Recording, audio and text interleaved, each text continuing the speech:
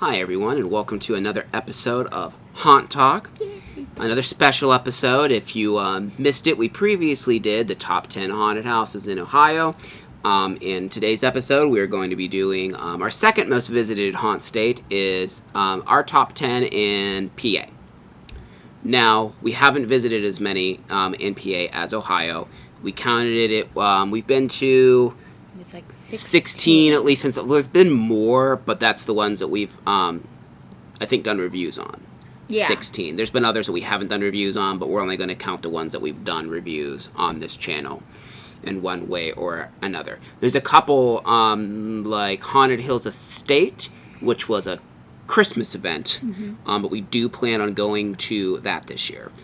And we will also have another video coming out telling you our plans this year, different places we plan on going and kind of asking you for advice. You. Help us figure out where we go. Yeah, because we want to go to a lot this year. Our bank accounts don't want us to go to a lot this year, but we're going to do it anyways. And then mid-September, we're going to be going to Orlando and that too. But again, that video will be out probably after this one, or maybe before. Who knows? I don't know. Make sure you like and subscribe, and click the bell so you know when it comes out. Yes. Yeah, and we weren't going to do this, but someone basically was like, hey, you should do PA, and I'm like, you know what, man, we don't have another video to do, so let's do a top 10 in PA, because we've been to a lot of those as well. But there are still a lot that we would like to go to, so if it's not on here, and you're like, that place is amazing, why didn't they say that place? Probably haven't been there. Like Penhurst, for example. I'm sure that's great. Haven't been there yet. Hope to soon. Probably not this year, but eventually. So, to get things started, we need to refer to... Book of the Dead! Book of the Dead! Book of the Dead! Book of the Dead! Ooh, I love that noise. I hope you can hear it through the ASMR. I might have to, You're going to open it real close? Yeah. I think it's covered like a latex substance. I hope you enjoyed our Book of the Dead intro thing that we just played in between there. Expect to see that in every episode. This is a little preview for you. We're not actually referring to the Book of the Dead in this one because it's on a notebook, but all of our reviews are kept in that thing. So, anyways. All right, so why don't you lead us off with our number 10. So we're going to go, and these are going to be ranked in order of like what we liked least to what we liked most. And again, this one is a little bit different than the Ohio one because the Ohio one, our top 10, we really liked all of them. And we do like all of these as well, but I will say since there's a more limited number in this one, the lowers are lower and I feel like the highers might be higher, if that makes sense. Yeah. Yeah. Anywho. Okay. So our number 10... for haunts in Pennsylvania is Field of Screams. And I feel like this is actually probably the only one on this list that we did not give a very good review to.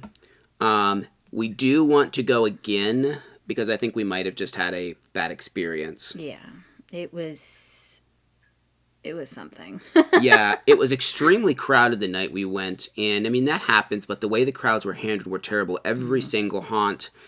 Of course, besides the Hayride, because you can't really do it with Hayride, we were just conga lined in, and the actors and pretty much all the haunts had given up. Yeah. They would just kind of sit there. They weren't even trying because the whole, you waited in a line for the haunt. When you're in the haunt, you were just in that line, but now you're in the haunt. It didn't move any faster. Yeah. It was just a line through the whole thing. Like, there was a guy that was sitting on a stool with a drill that was obviously plugged in, and he was just going zzz, zzz, zzz, to people. And it wasn't even scary. Like, he had given up. After, the conga line started, he was just like, whatever, I'm sitting down. I'm not going to scare you. I mean, some people were actually still trying to do, what they're there to do. But, yeah, there was, it almost was like they shouldn't have been open. Yeah, I don't know what was going on there. But I like the idea of it. And, the sets and props and stuff in that place were pretty good. Yeah. It was just everything else kind of stunk the night we went. But I heard from a lot of people we should go again, that we should try it. So I wouldn't take what we're saying right now or that review for heart. It sounds like other people have had much more positive experiences, so I'd like to go again, and hopefully we will have a much more positive experience. So moving right along, number 9 in our list is Cheeseman's Fright Farm. This place has been very inconsistent, but we did like it. It was last year we went actually to, wasn't it? 2020, yes. I think this actually was your first time going to Cheeseman. It was my first time. The previous time we tried to go it was like flooded. Yeah, it was really bad. You couldn't even get through the parking lot because it was so wet, and we just were like, nah, let's just go. And we went this time, and I thought it was pretty good. Yeah, we thought it was pretty good. This time though, I will say, so I used to go a lot when I was a kid, and it was great when I first started going, and then it just kept getting worse and worse. And like then there was like 3 or 4 years actually in between that time and then we went last year. And it had improved a lot. Now, it wasn't super elaborate. It was mainly a lot of fog, but they used it really well. Yeah. And the atmosphere is cool. They did some cool things on the Hayride, I remember. I don't remember what now, though. But I know there was some cool stuff that they did. Oh, yeah, the guy had like a little cannon he would carry around. It scared the crap out of us. Yes. Yeah, just a little hand cannon. He would shoot it behind you and just make you crap your pants. But overall, we had a lot of fun. Again, if you're looking for something that's really elaborate with cool scenes, this probably isn't the best. But if you're looking for a nice hayride with some haunted houses thrown in, it's nice because it's different. You ride, it's like a haunted hayride, and they drop you off, and you go through multiple buildings and like cornfields and little trails and stuff like that. Yeah. So it's a variety haunt. It's kind of like a trail, a hayride, and a haunted house all mixed into one long thing, because you don't really wait in line for each one. It's just one. Yeah, you just continuous. keep going. Yeah, you just keep going. Which is kind of cool. Like some of these, I like the haunts that have like multiple haunts, but then you have to wait in line for all of them, and they're like 5-minute haunts, and it's just kind of like most of your time is spent waiting in line. But yeah, so Cheeseman we put at number 9. All right, moving on. Number 8 is Freddy's Haunt. We actually just recently 2019 was this one. 2019 is we recently we discovered this one. And yeah, I had heard of it before, but I had never been to it. Yeah. It was surprisingly pretty good. Yeah. It was strange. Yeah, it's it's like all plywood and like well, what's really strange about it is it's a haunted trail, but it's indoors. Yeah. Because like you're walking on dirt for a lot of it, not all of it, but it's all inside of multiple building things. It's a really weird structure. Well, yeah, because there's like multiple different structures you go within, but you don't really know that you're going to different structures. Like the last one looked like a hangar almost, like with the dark maze. Yeah, like one of those metal things that you can buy to put your cars under and stuff like that. I think one of them was in there. Yeah, it was really long, too, if I remember right. It was like 40 minutes long. It was really long. But it's another variety one. There's not a theme they stick to. It's just kind of classic Halloween. I remember there was a lot of like dark hallway type things in this one. But there's also some cool scenes. Like I know they have like, kind of looks like you're going through a castle at one point. Yeah, yeah. Yeah, and then they have like a catacomb thing. And they do have a maze towards the end. It might be the very end. And it is like the location for this place is out in the frickin' boonies.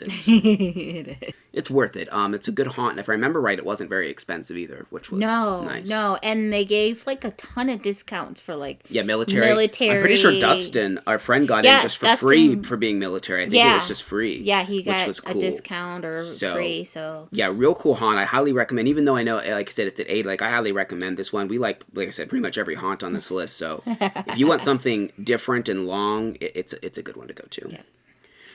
But next on the list is another hayride. See, I love that PA has a lot of hayrides, actually. And that's Haunted Hills Hayride. Now, there is also the trail, I think it's like the Trail of Darkness. That's Haunted Hills Hayride, and I think the Trail of Darkness or something like that. Yeah. It's called. Yeah. The Haunted Hayride is definitely like the main thing you want to go for, and we were pretty impressed by the Haunted Hayride. I honestly don't remember a ton from it, but I know there was a fair amount of scenes. It's a pretty classic haunted hayride. It's not like one that's later in the list that's just crazy elaborate, but we enjoyed it. We had quite a fun time. The actors were really good. Poop was really weird and creepy, and I liked him. Yeah, so that's a good one to check out if you are looking for a hayride, and it's also pretty close to like Kennywood and stuff, if I remember right, too. Yeah. So if you're like in the area doing like their thing. All right, moving on. Number 6, Castle Blood. This one is different than your typical haunted house because it's got like a whole like theme and mythology to it. Yeah. They're all vampires and they like tell stories and you have to do like There's like games sometimes. And like it's almost like a combination of escape room and haunted house. Yeah. Yeah, that's a good description. Yeah. Also, another good description is if you've ever watched or seen the TV series What We Do in the Shadows, it's basically that. Because it is whimsical and funny. Yes. There's a section or two that it turns into briefly a traditional haunted house with jump scares in that. Yeah. But for the most part, it's just about being fun, Halloween. Like, it isn't like necessarily, I wouldn't say, I mean, it's family friendly-ish, but like there are like dark humor jokes and stuff like that, and there is some gore. But for the most part, this is a pretty good one for families and for kids that are, in that like teenage to like just about to be a teenager age. Not really for little kids, but because of the fact there isn't high scares in the actors, it's more about an interactive, like creepy play almost.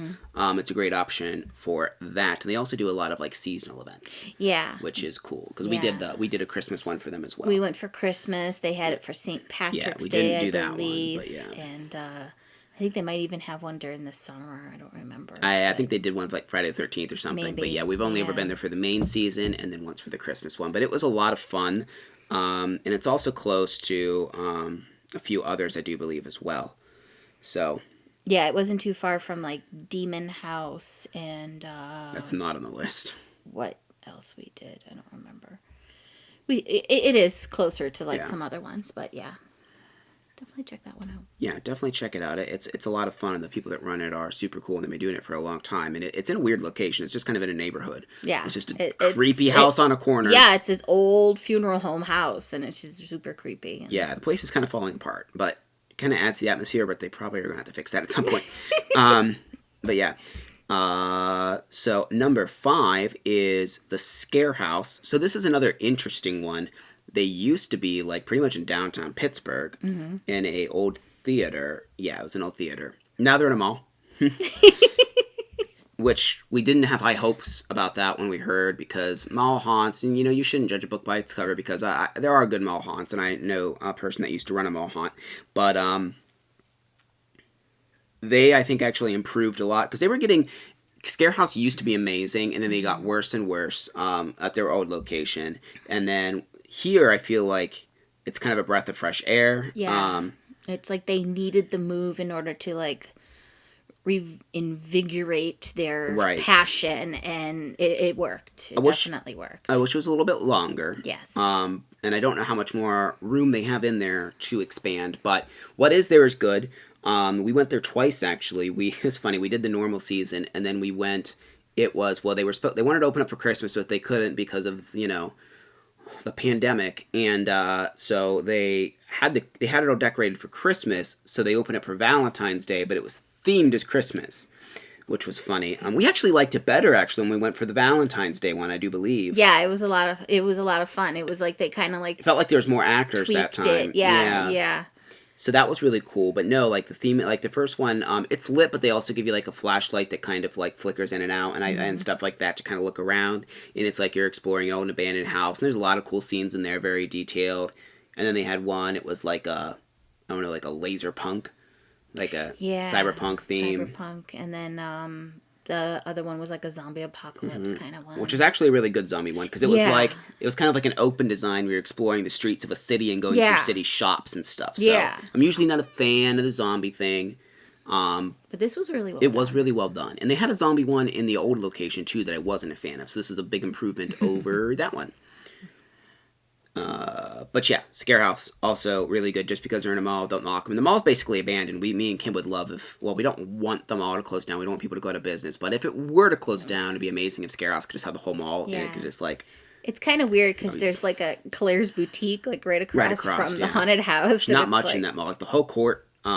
food court, yeah, whole food court, like nothing in there. It's weird. Like if they took it over, they could have that food court as like their concessions. Yeah. Like you have seating areas so people could chill and wait to go in and stuff like that. Yeah, that would be amazing. Have a huge queue line. Or even if the mall doesn't close down, if they just like bought up another shopping center and they're like, here's the other couple haunted houses and that one, that'd be cool too. But, yeah, that'd be fun. Yeah. Ideas. If you're watching. All right, so next one, number 4 is Rich's Fright Farm. Yeah, this one is large. Large. Huge. Huge. Biggest we've ever seen. Oh my gosh. Yeah, it's like... I don't even know how long it takes to get through this thing. Yeah, it's really... You think you're, like, done, and then you're like, uh-oh. Like, like, the hayride is long. Yeah, and also that's set up kind of like Cheeseman's, where you start on a hayride and they, like, dump you off. They have, like, a giant mansion thing that's built in the middle of their, like, field, and it's just for the haunts, as far as I can tell. Yeah. Because you go in and out of it multiple times. Yeah. Yeah, I think they just built a random building out in the middle of, for their haunt. Cornfield. It's cool, because you can see it off in the distance when you're, like, waiting in line. Mm-hmm. They usually have, like, performers and stuff, and that, but you ride that, you get off, and then, like, you'll go to, like, the gardens of the mansion, you'll come back to the mansion, you'll, like, be in the basement, and you'll go out, and you'll come back. And then after that one was done, there's, like, a maze. Mm-hmm. And then when we went after that was done, there was like a sensory deprivation one where they blindfold you and just hold onto a rope and people like spray you and touch you with things. That was weird. I enjoyed it. It was really strange. I never sweated so much in a haunted house because I was the leader. Oh yeah, that's right. And I had like 9 people attached to me, and I'm like going like, ropes going up, ropes going down, the floor is squishy. Like, I kept having to holler things, and then there's actors, like, coming at you and just whispering and like, getting creepy on you, and you're like, and you're trying to stay focused because you can't see anything, and, like, I took my blindfold off of my glasses. My glasses were, like, dewy because, like, I was sweating so much. They were, like, fogged up and stuff. It was freaky. It was very freaky. I liked it. I don't know if they do that anymore. It's been a few years since we've been there. We might make it there this year. We're not sure. Yeah. But yeah, so next up is one that we go to pretty much every year because it opens before all the other ones, which is nice. We didn't get to go last year because they closed down, so we're excited to go this year, and it's 100 Acres Manor. Actually, like a lot of these ones we go to in PA they're structurally weird. Yeah. Because I would say this one's structurally weird as well. Because from the front, and I would implore you to, from the front it looks like just a normal like haunted house. They have like a fake facade, but I implore you to like look at like a Google Earth or Google Maps satellite view. Because we were curious and we went and we're just like, it's something that they have back there because it's huge. Yeah. And a lot of it's not inside. Some is, some isn't. Mm-hmm. So it's just a thing. It's not a trail though. It's like a haunted house, but not all of I don't know how to describe the structure. I don't know either. It's interesting, and man, this place usually isn't the scariest. Now, sometimes there's pretty decent scares. Yeah. But you go there for the amazing sets that they have. Yeah, their set design is on point. Like, it's just phenomenal. They do phenomenal job. Like the whole London section. Yeah. Oh, that was like probably my favorite. It was just so detailed and just like freaking cobblestone and like everything. And you're like walking like through the sewers, and there's like running water. Yeah. There's guys with plague masks on, and like they have the rolling fog, and there's like a carriage and like the flickering lamp. It's just amazing. It's just really, really amazing. This is another one if you're like, you want one that's pretty scary, but you're kind of still a little leery on haunted houses. This is a great one because this one shows you why people are crazy about haunted houses, why people are like enthusiasts about it because of this elaborateness that like transports you to another world. Like we describe it sometimes like Disney World for weird people. The haunted houses are, because they are. I mean, they're just like these elaborate things you go through. They might be messed up elaborate things. It's still cool to see the art and the design. And 100 Acre Manor is always consistently one of the top, in my opinion, of that type of haunt. Yeah, for sure. So number 2 is Terror Behind the Walls at Eastern State Penitentiary. Now, 1 and 2 were very difficult for us to decide. We'll get to why number 1's number 1 instead of this. But of course, just like the one in Ohio here, closer to us in Mansfield, a lot of the allure to this one is the fact that it's in a giant, creepy, haunted prison. Yes.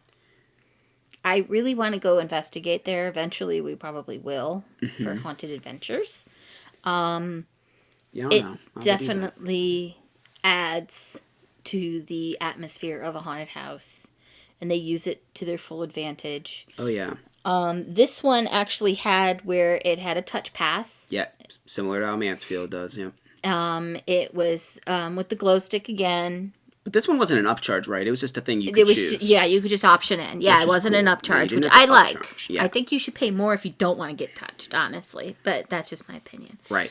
I agree. And they take full advantage of it because they were all over us. I mean, I got yanked into a ball pit. He got yanked into like a barber Well, yeah. area. And the scariest thing about mine was not only did I get yanked aside from the group, it was one of the very... So, we'll step back here. One of the things they do when you do the touch pass that's different than Mansfield is they'll take you and you'll get to be a part of the scene or go to see something that no one else gets to see. And only people with touch passes or the touch thing on them can do that. So with mine, it was one of the first normal scenes of the house. They took me aside, messed with my hair and stuff. They didn't cut it or anything, but they did some stuff. And then I had to do the whole haunt alone. There's like 6 themed haunts that year when we went. Yeah, there's 6. So that one, which is like the second one I think we did that night, I had to do all of it alone. And so there's also extra stuff they might make you do besides that, like Kim was saying, the ball pit. That was something that the touch people, they would just like go over there. They wouldn't take you separately, but they'd make you go a separate route. And like there was one where I had to crawl through a tunnel when I was by myself because they made me do every single optional route since I was alone. They're like, oh, crawl through this tunnel. And yeah, so that was real crazy. I know, like we got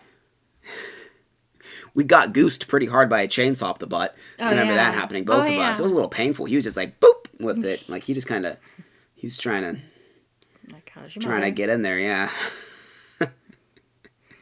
Not as bad as, the pegged by a chicken thing, which I've had multiple people now comment or reach out to me, messaging me about that. And like, yes, that happened at the Hoochie. Yes, I did get pegged by a chicken. Anywho, that happened. But this haunt's really cool, though. And yeah, if you're in the area, you do have to pay to park, which is weird. Like, it's kind of expensive to park, and it's kind of weird how you have to get there and stuff. But 100% worth it. And also, just do a day tour of this place, too. The place is super cool. Yeah, just really awesome. Yeah, the way the inmates lived is just... Ugh. Yeah, it's not good. It's not good. It's not good. Great haunt, though. Yeah, great haunt. I mean... That. History sucks. Cool now, though. Yeah. So, that brings us to our number 1, which is, if you watch the channel, you probably know it's Bates Motel in Haunted Hayride. And the reason we went with this one, I think that we gave them the same review. The only reason we went with this one is there's more variety. And it's probably the best haunted hayride, one of the best haunted hayrides in the world, if not the best. Yeah. Now, there's others that we want to make too eventually, like Headless Horseman, that might be better. I don't know. Haven't been to it. But this one, we also described this one as kind of like if Disney did a haunted hayride. Yeah. I had never felt like the way I did when we were on this hayride. Like, I had a grin on my face the entire time. I was just like, oh my gosh, this is so cool. Yeah. Like, there's a vortex tunnel on a hayride. You know how big that has to be? Yeah. It was huge. Yeah, it's really big. It was really big. It made me happy. Yeah. And there's just, there's like a whole like Jurassic section. Yes. But I mean, like, it was more than just like their animatronic dinosaurs. They had like, I forget exactly, had like cliffs and stuff built. Like, you're driving through a valley. You went down through a mine. They had people coming out of the ground. Yeah, see, that's how you do a dinosaur in a hayride scene properly, is you hide it in like a scene with foliage and mountains and things. You don't just stick it in a box. Yeah. There's a lot of really good stuff on the hayride. And then they also had like a corn maze type of trail thing. That was the weakest of the 3. It was pretty good. But the haunted house was amazing as well. The haunted house was pretty short, but it was really good. It was short, very scary, because the haunted hayride, for a hayride, was actually pretty scary. Like, scarier than most. Yeah. But you can only do so much with a hayride. Because, again, hayrides, I prefer them to be more about being elaborate and just having really cool scenes and scares second. But the haunted house, like, it was just, like, back-to-back. Oh, it was really good. Scares, I remember that. It was really good. The library. Oh, yeah. With the books that were, like, just, like, tilting and, like, leaning on you, and the walls were moving. That was really, really cool. I do remember that very, very vividly from that haunted house. It was really cool. But, yeah, it was very scary. Like, I was surprised how scary it was. For sure. And, I'd like to go back sometime. Oh, yeah, we for sure want to. Probably won't make it this year, but maybe next year for that. And Jen, again, if there's one we didn't mention, let us know where you think we should go. Yes. We will try and make it there, at some point. We like, because I know IPA has over 100 haunts. It's one of the biggest ones. It has over 100.